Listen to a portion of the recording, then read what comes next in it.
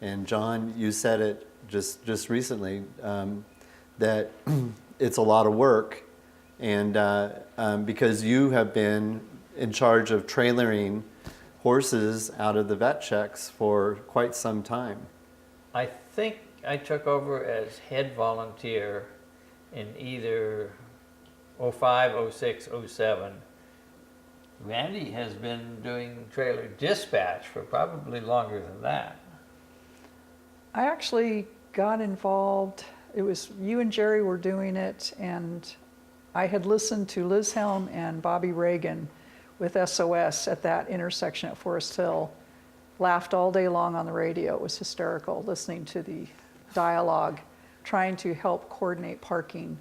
So the next year I volunteered, since I wasn't riding in SOS, I volunteered to man that station with the radio. And then I got involved with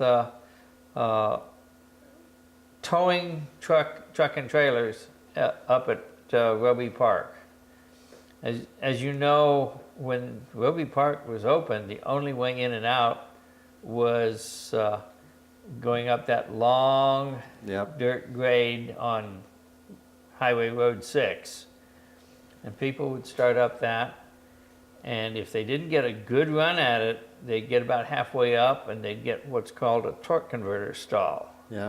Engine's running, but no power's going through. And I would take my truck and a strap, and we coordinated with CB radios. We'd stop the traffic. I'd go hook onto that stalled out rig, tow it up the hill to where it flattened out. Then I would come back down the hill to my position about halfway on the grade and release the traffic again. And this went on for 3 or 4 years. And you became head volunteer. I became head volunteer. So with head volunteer, it's more than just the trailering and everything. You're coordinating the vet checks, the volunteers at the vet checks as well, correct? No, just the trailering. Oh, just the trailering. Just the trailering.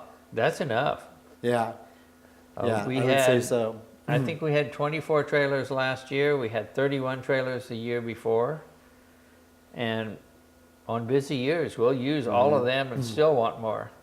I know part of your recruiting skills is seeing people pull in their trailer somewhere and stopping them and say, "Hey, you drive your trailer pretty good. You want to be a volunteer?" I've done that. Yeah, I know you have. So how do you get? Because I mean, it's such a big, commitment, and then also to get people that want to be able to they're willing to do, this job as far as putting their truck and their trailer at and down dirt roads and everything. How do you draw so many people to help? Just lucky, I guess. I don't. I tell them what the job is. I tell them where we're going. I make sure that the people I recruit are sufficiently trucked. I don't recruit anything less than a 3/4 ton. And I try not to get too many 2-wheel drive vehicles. We want 4-wheel drive, 3/4 or 1 ton with 2 or 3 horse trailers. You can't be too big, but you can certainly be too small in the truck department. So Randy, Jon was saying that then it gets to your job in the radio dispatch, correct? And so tell me what kind of work and how you guys coordinate. Once they start at Red Star, I'm monitoring, listening for the chatter, for any polls. That's my big number that I'm listening for. Okay. A number pulled, so I'm jotting down numbers. As the station gets closer, they'll say we've got 10 polls. Okay, that's a nice number to know. How many rigs do we have up there? And I have a chart that he sends me of where he's positioned his guys and how big the trailer is, who's where. And then I start calling as the station's open. I call and check to see, is that trailer there? Did they make it? Because we've had breakdowns and somebody got sick, didn't show up. So I call each site as they open up down the trail to make sure the trailer is there. And if not, how many trailers do you have, which tells me how many slots. And we're listening all day long to the chatter on the radio to see who's pulled.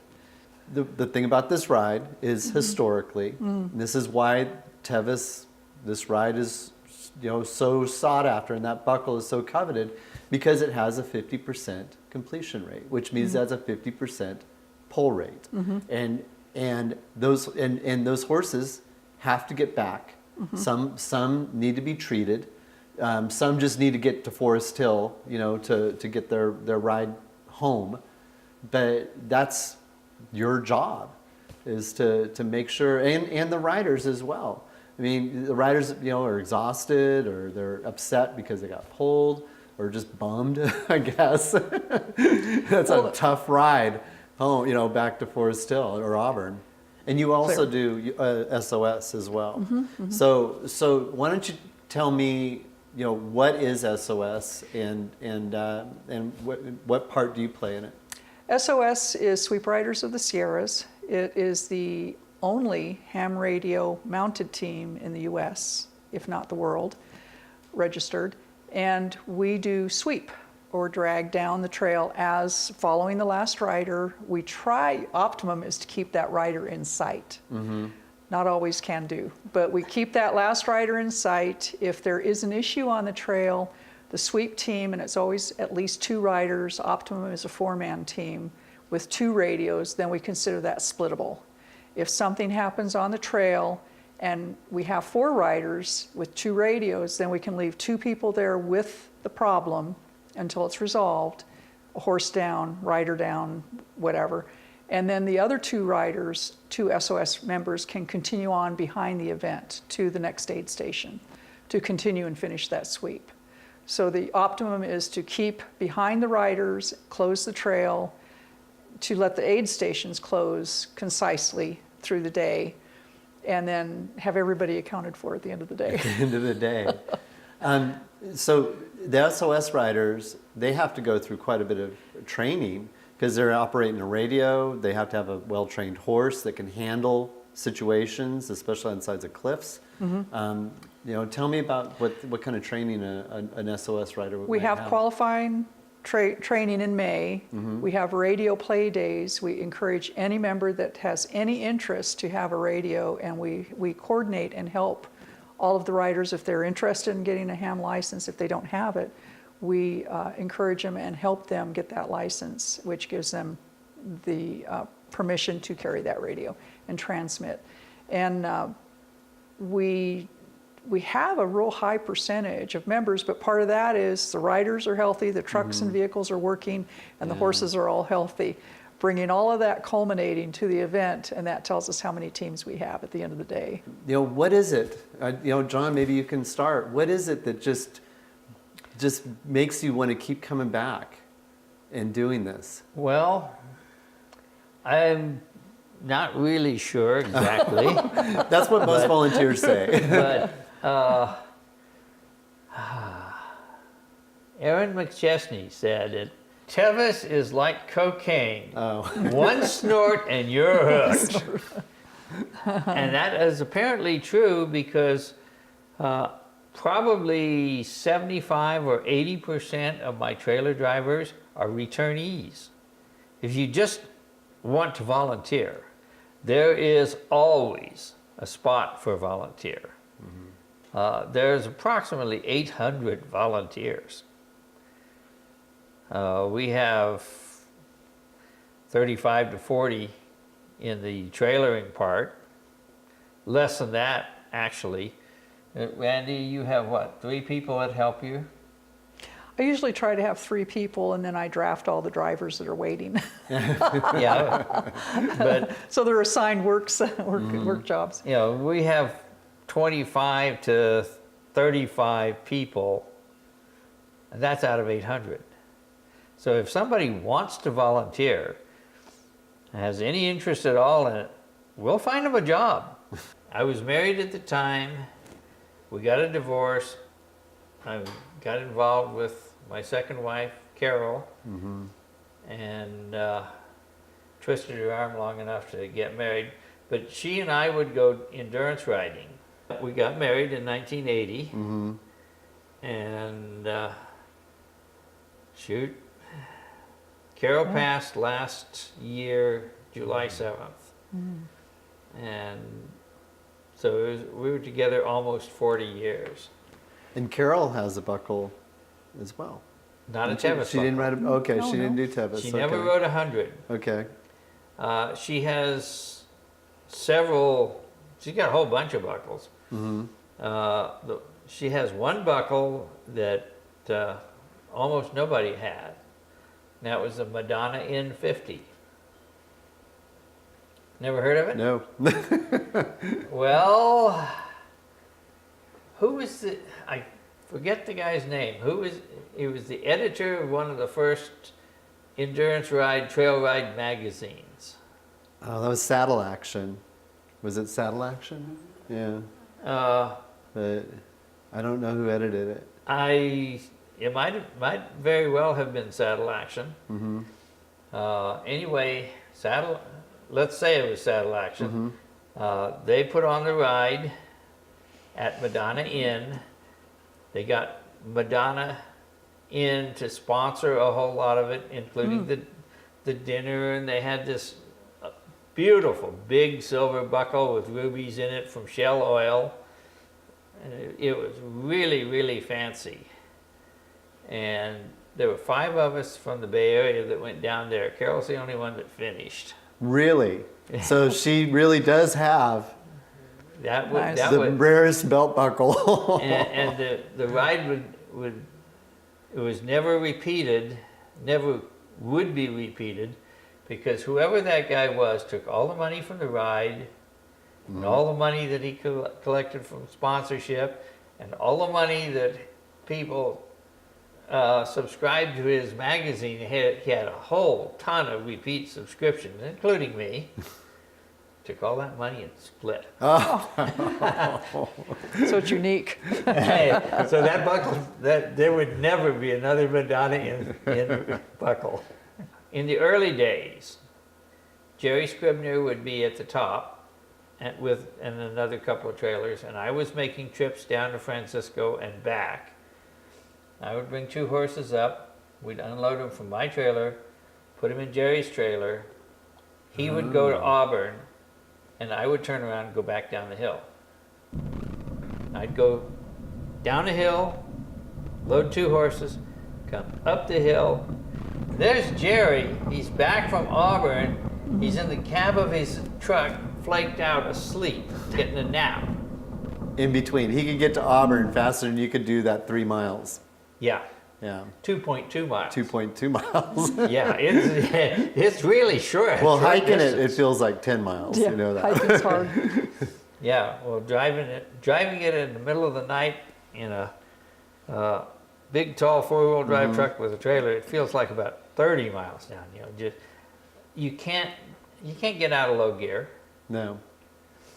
and a lot of times I'd be 4 low and first gear, Yeah. just to keep it even slower, and that's both ways, downhill and uphill. You just can't get going very fast going downhill, or you're going to be in a world of hurt.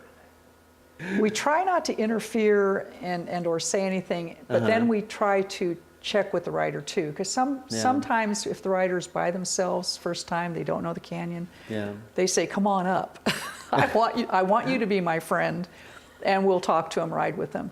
But there are some riders that don't want you too close. They do feel like you're pushing, so we try to respect whatever their need is. If somebody came to you and said, "I want to ride Tevis," and for their first time, Randy, what advice would you give that person?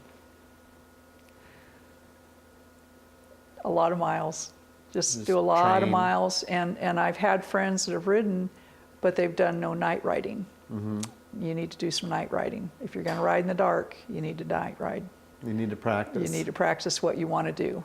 Because I've seen horses quit. Forest Hill, I've seen horses quit because it's getting dark and they're done. But part of that is whatever you're going to do, you need to break it up and develop a plan on what your training going to be, and then go for it. And you, Jon, what advice would you give? I would agree with that. Just do lots and lots of 50s. Riding 50s is good training for hundreds. Do quite a bit of night riding. If you live locally, ride the trail. Ride the Tevis trail. Some areas that you have a little trouble riding, especially in the wintertime, hard to ride out of squaw. But when you can do it, ride the trail. Get somebody to take you up to Robinson Flat and pick you up at Last Chance or at Forest Hill or Deadwood. But ride that trail. Learn the trail.